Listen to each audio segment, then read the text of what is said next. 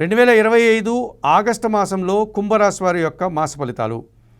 ఈ కుంభరాశి వారికి 2025 ఆగస్టు మాసంలో సప్తమాధిపతి అయినటువంటి సూర్య భగవానుడు ఆగస్టు నెల 16 వరకు షష్టమ భావంలో కర్కాటక రాశిలో సంచరించడం వల్ల అధికారుల అండదండలతో గట్టి పోటీని ఎదుర్కొని విజయం సాధిస్తారు.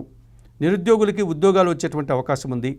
ఇదివరకు ఉద్యోగం చేస్తున్న వారికి పదోన్నతులు రావడానికి అవకాశం ఉంది. తండ్రి నుంచి ప్రభుత్వం నుంచి కానీ ఆదాయం కానీ ఆస్తులు కానీ అందుకుంటారు. పంచమ అష్టమాధిపతి అయినటువంటి బుధుడు షష్టమ భావంలో కర్కాటక రాశిలో ఈ నెలంతా సంచరించడం వల్ల మీ ఆలోచనలు కార్యరూపం దాలుస్తుంది. ఆకస్మికంగా ఆదాయాన్ని కానీ నూతన అవకాశాన్ని కానీ సంతరించుకుంటారు. వ్యాపారాభివృద్ధి బాగుంటుంది. కుటుంబం కోసం నూతన వస్తువులు కొనుగోలు చేస్తారు. ద్వితీయ లాభాధిపతి అయినటువంటి గురువు పంచమములో అనగా మిథున రాశిలో సంచారం కొనసాగించడం వల్ల మీ మాటకు విలువ పెరుగుతుంది. సమాజంలో గుర్తింపు తెచ్చుకుంటారు. అలాగే మీ ఆలోచనలు చాలా వరకు కార్యరూపం దాలుస్తుంది. సంతానం విషయంలో కూడా సత్ఫలితాలను అందుకుంటారు. సమాజంలో మీకంటూ ఒక గుర్తింపు లభిస్తుంది. చతుర్థ భాగ్యాధిపతి అయినటువంటి శుక్రుడు పంచమములో మిథున రాశిలో సంచరిస్తున్నాడు కనుక ఆత్మీయుల కలయిక ఆనందాన్ని కలగజేస్తుంది.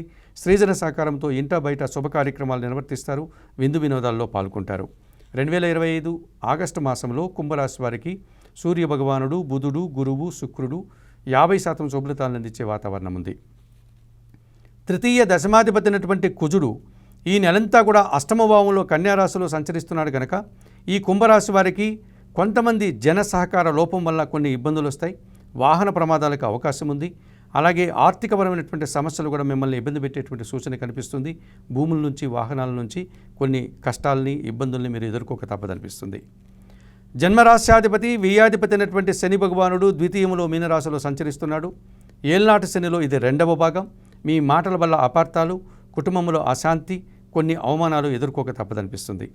జన్మరాశిలో కుంభరాశి అనగా జన్మరాశి అయినటువంటి కుంభరాశిలో రాహువు, సప్తమ భావం అయినటువంటి సింహరాశిలో కేతువు ప్రబల కాలసర్పదోషాన్ని సూచిస్తుంది. మీరు ఆశించిన పనులు నిర్వర్తించలేకపోతారు. మీరు ఆశించిన పనులన్నీ నిరాశని కలిగిస్తాయి. అశాంతిగా కాలం గడుపుతారు.